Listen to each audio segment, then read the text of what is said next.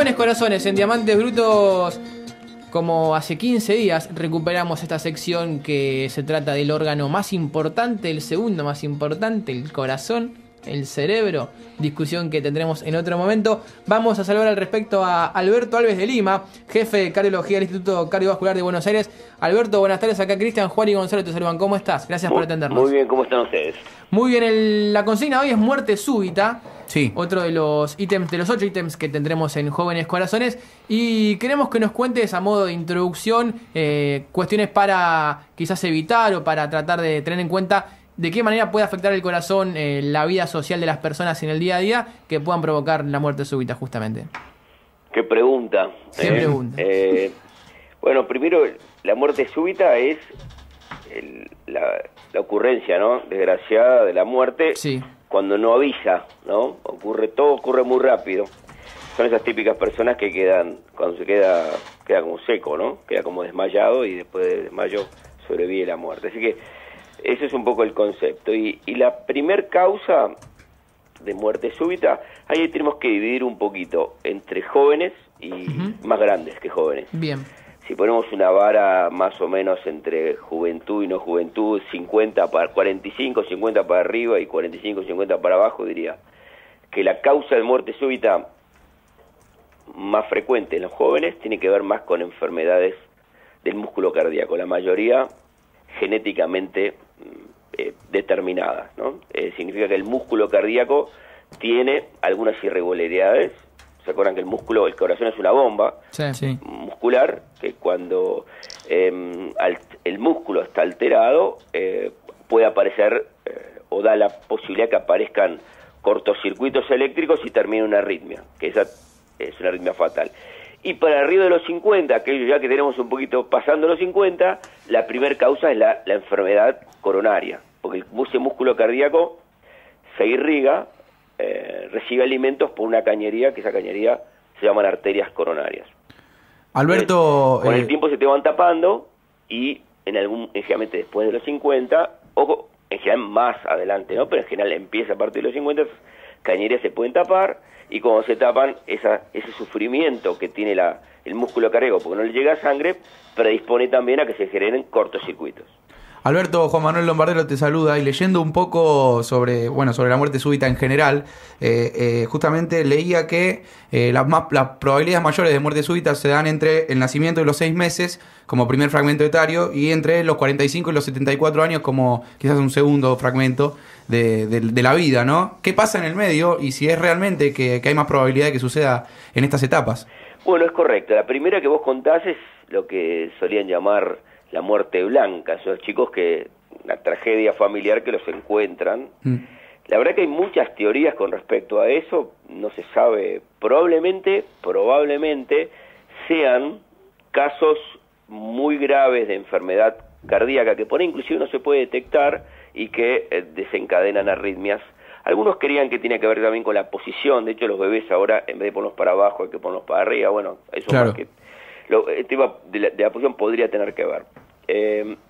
Y después, el del medio, bueno, lo que pasa es que definitivamente ocurre en los más chicos y en los más grandes, si esa era la pregunta, claramente. Sí. ¿Qué podemos hacer? No sé si venía por ahí la cosa, con los más chicos, ahí ya un poco escapo a mi especialidad, porque yo me dedico a los más grandes. Claro.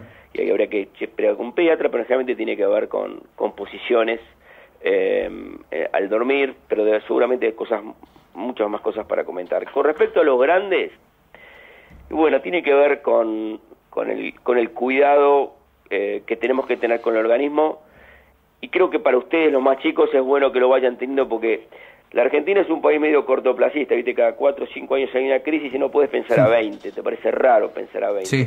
Pero eso es lo que hay que ir pensando, con 3 medidas básicas. Una, y que está al alcance de todos: no fumar, comer en base a frutas y verduras y hacer actividad física. Muchas de esas cosas ustedes hacen, algunas otras no, pero eso es más, creo que es una cosa que hay que ir ejercitando desde que uno es joven, para que después no nos sorprenda de grande y digamos, bueno, y ahora vamos a poner a hacer cosas que no hacemos hace mucho tiempo. Me parece que hacer el hábito en la actividad física y en morfar bien, me parece que es una costumbre, porque generalmente uno está acostumbrado a comer mal, sí. Y medio que hasta es la situación que uno digamos, uno puede llamar que es como la situación de confort con la cual estás cómodo, porque así te acostumbró, pero hay que saber que eso es una construcción cultural, la alimentación. Si te enseñan a comer bien, generalmente terminas comiendo bien, y si comes mal, terminas comiendo mal. Entonces, es entender que todo lo de la comida tiene que ver con un tema cultural que se puede vencer y se puede quebrar tratando de comer cosas que te hagan más duradero, ¿no? Pues como el auto, como cuidar el auto. Claro. Si querés tener... Después el modelo 70, dentro de un tiempo, es un digamos, el que ahora hoy es 90, después va a ser un modelo 90 más viejo, y hay que cuidarlo desde el primer momento, ¿no? Me parece que ustedes hacen eso de difundir, me parece que es clave, porque los escuchan chicos de la edad de ustedes, y que como que no toman conciencia muchas veces de la... Uno, claro, entre los 20 y los 40 le parece que nunca le va a pasar nada. Sí. Y es verdad que te pasan menos cosas, eso es real. Pero hay que saber que después sí pasan. Entonces tenemos que pensar para adelante, ¿no? Y en esto hablabas recién de reducir los factores de riesgo y entre otras cosas nombraste el hecho de hacer actividad física. Sin embargo, se ha visto en muchos deportistas de alto rendimiento que mueren en el medio de un partido de básquet, de un partido de fútbol. ¿Por qué se da eso en tipos que son tan saludables? Vos comentabas alto rendimiento. Es decir, alto rendimiento es un ejercicio extenuante para el organismo, y siempre como corres en auto a alta velocidad, automovilismo, tiene riesgo todas las cosas de alto rendimiento porque estás llevando el organismo a una situación extrema. Claro. Pero en general, digo para la gente de alto rendimiento, en general ese tipo de deportistas suele tener algún problema en el músculo del corazón, algo que venía de fábrica, que no se notaba, puede ser que no se note. Cierta predisposición. Hay una predisposición, y que el alto rendimiento muchas veces lo potencia, lo fomenta, ¿no? Porque estás poniendo, es como que siempre estuviera funcionando a fondo, ¿no? Entonces, pero para eso el alto rendimiento hay que estar entrenado, y por supuesto que se puede hacer deporte de alto rendimiento, pero eso dista o está lejos de ser saludable, ¿está claro. bien?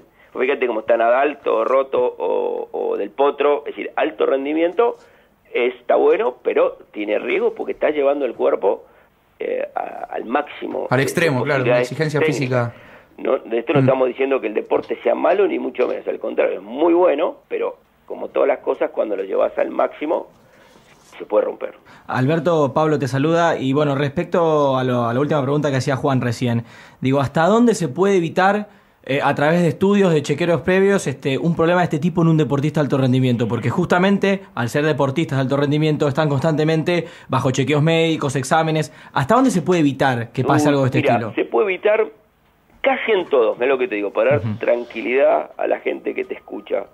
Porque la verdad es que cuando se hacen los chequeos, y sobre todo el tema del rugby, la urba, que pone hasta, que yo diría, hasta medio exagerado, un montón de cosas, la verdad que si no lo enganchás ahí, era muy difícil engancharlo, y claro, por supuesto hay casos en que todavía la medicina no puede detectarlo, y esa es una situación real, pero son los menos, definitivamente son los menos. Lo que pasa es que cada vez, fíjate cuánta gente hace deporte, digamos, intenso, competitivo, y cuántos son los episodios de muerte súbita, claro, son bajísimos. Claro. Lo que pasa es que el impacto que tiene el fallecimiento de un chico, como pasó ahora, un chico del SIC en Sudáfrica, es tan impresionante que, bueno, por supuesto, tiene muchísima repercusión. Pero creo que todos aquellos que les gusta hacer deporte, me parece que cuando que se hagan los chequeos que les proponen las organizaciones deportivas, y porque con un electrocardiograma, y en algunos casos con un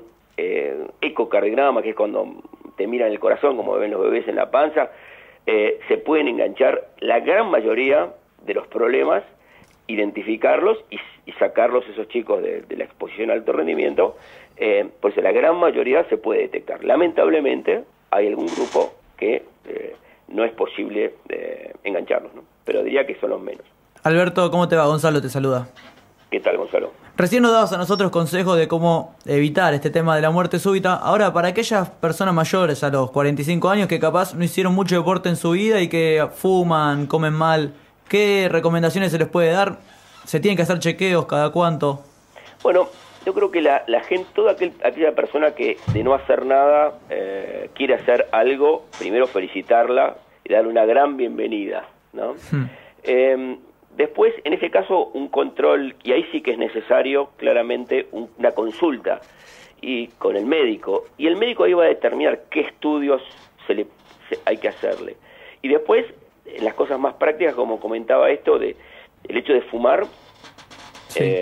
es un hecho, es una cuestión fundamental para insistir en que eso hace daño.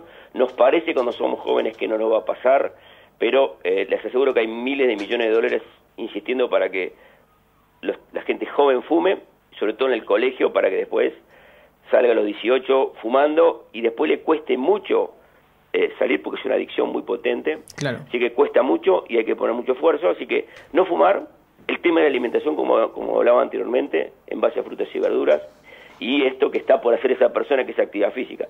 Y ahí en esa consulta le van a tomar la presión y seguramente le pidan un laboratorio y pueda saber cómo está su azúcar, y prácticamente ahí tenés todos los factores de riesgo analizados o evaluados. Y más allá, si esta persona no hace actividad física, No, chequeos, nada más. Claro, yo diría que si la pregunta en cuanto a la actividad física, creo que es fundamental insistir en que es buenísimo para la salud.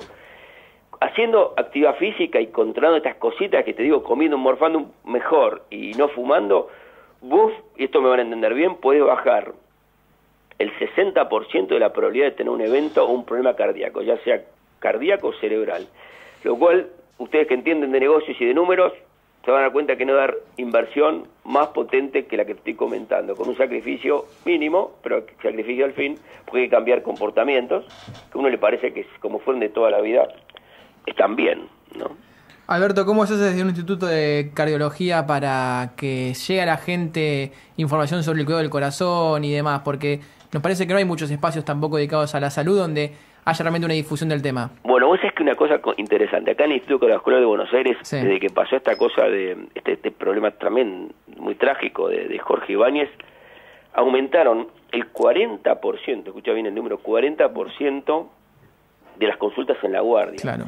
Y la demora que habitualmente en el consultorio, cuando vos pedís un turno, te dicen, te tratan de poner en 24 o 48 horas dar el turno, se prolongó a 4 días y pico. Es decir, una gran avalancha de consultas. Eso es bueno y es malo. Es bueno en el sentido que hay gente que se ocupa, pero generalmente estas cosas suelen ser medios aluviones que saturan el sistema, pero después la gente entra en un estado de olvido y vuelve a su vida y a su rutina, ¿no? Alberto, en Me hice una Argentina... pregunta y me fui con eso y no te dije. Sí, en realidad, sí, preguntarte también, y justamente sumándome a Cristian a lo que le preguntaba.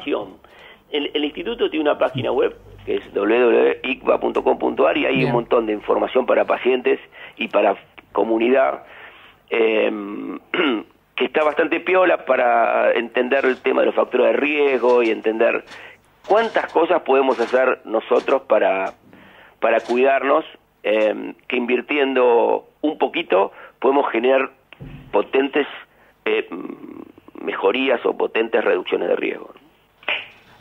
Sumándome un poco a Cristian y yendo a los números del país en general, bueno, hace 15 días se conoció la noticia de la muerte de Jorge Ibáñez aproximadamente y se especuló con varias cuestiones, pero se llegó a que había sido una muerte súbita y tenía una cuestión cardíaca previa que había llevado a esto, y quizás hablabas un poco de esta predisposición y de la falta de controles, ¿no?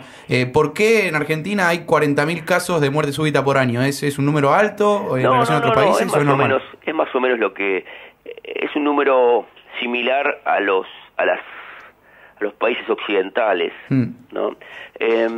La mayoría de esos casos no son como los de, entiendo, lo de Jorge Ibáñez, son por enfermedad, lo que hablaba antes de las cañerías o arterias coronarias que le dan sangre al corazón. Claro. Pues te digo, cuando es en jóvenes, ese tipo de muerte súbita, la mayoría se deben a problemas genéticamente determinados. Que hay problemas musculares, que uno nace así de fábrica, nace con algún chip medio cruzado y bueno, y hace lío después. Pero la gran mayoría ocurre después, y lo que es importante es que la gran mayoría ocurre después, lo que significa que la gran mayoría son evitables, ¿no? Son laburables para que no te pase, ¿no? Claro. Lo que todo está al alcance de cada uno, pero en general nosotros los diría los occidentales más que los orientales, tenemos una percepción siempre de futuro y de que nunca nos va a pasar nada y que bueno, que entonces siempre los problemas tienen los demás y bueno, como percibirse vulnerable siempre es una cosa muy como difícil de tolerar, siempre parece que no va a pasar nada y la verdad que pasa, los números de las estadísticas son reales y claro, pasan, entonces siempre lamentamos y solemos rasgarnos las vestiduras cuando las cosas pasaron, pero bueno, creo que está como están haciendo ustedes, estas posibilidades de comunicar y alertar a la comunidad sin enloquecerse, que está al alcance de todos poder mejorar y cuidarse, ¿no? Y leyendo un poco también, y para ir cerrando por mi parte, que la muerte súbita, dicen que ya en el momento previo a que se dé la muerte finalmente, justamente, se pueden hacer maniobras de reanimación cardiopulmonar para prevenirla, digamos. Yo tengo una persona delante que se está muriendo y puedo hacer algo para evitar esa muerte. ¿Esto es cierto? ¿Y cómo habría que actuar en ese caso, no? Bueno, bárbaro. Es una muy buena pregunta. Cuando ocurre una muerte súbita, lo que uno puede actuar y puede asistir a la persona a través de lo que llaman maniobras de resucitación, Sí. que es a través de una compresión en el tórax, cuando la persona está acostada, de generar un efecto de bomba del corazón a lo largo para que la sangre empiece a circular. Para eso es necesario tener un mínimo entrenamiento y eso está también al alcance de todos. En la Sociedad Argentina de Cardiología, en la Fundación Cardiología Argentina, acá mismo en el Instituto Cardiovascular de Buenos Aires, se hacen cursos que de hecho nosotros hemos hecho en los colegios, ¿no? De hecho hay una ley inclusive que promueve estos cursos que te permiten darle una asistencia transitoria hasta que llegue Sí. el sistema de emergencia para poder seguir con el tratamiento. Así que para eso no hay maniobras como aparece en internet, algo que toses, que no toses, todo eso es un cuento chino. Lo que sí está, aquellos que tenemos la posibilidad o desgraciada posibilidad de asistir a una situación de muerte súbita, podemos realizar maniobras y podemos reducir la posibilidad que esa persona muera en ese episodio, ¿no? Alberto Alves de Lima, jefe de cardiología del Instituto Cardiovascular de Buenos Aires, gracias por tu tiempo y bueno, ojalá que esto haya servido para que la gente tome un poquito más de conciencia y sepa un poco más acerca de la muerte súbita. Bueno, a ustedes y los felicito por el programa, me parece muy dinámico, muy divertido y me Muchas parece que gracias. llegan a un grupo de gente que en un futuro va a tener que estar cuidándose como nos cuidamos nosotros ya un poco más viejitos. Te agradecemos mucho y te mandamos un fuerte abrazo. Chau, hasta luego. Alberto Alves de Lima, entonces jefe de cardiología del Instituto Cardiovascular de Buenos Aires, charlando con nosotros en este Jóvenes Corazones.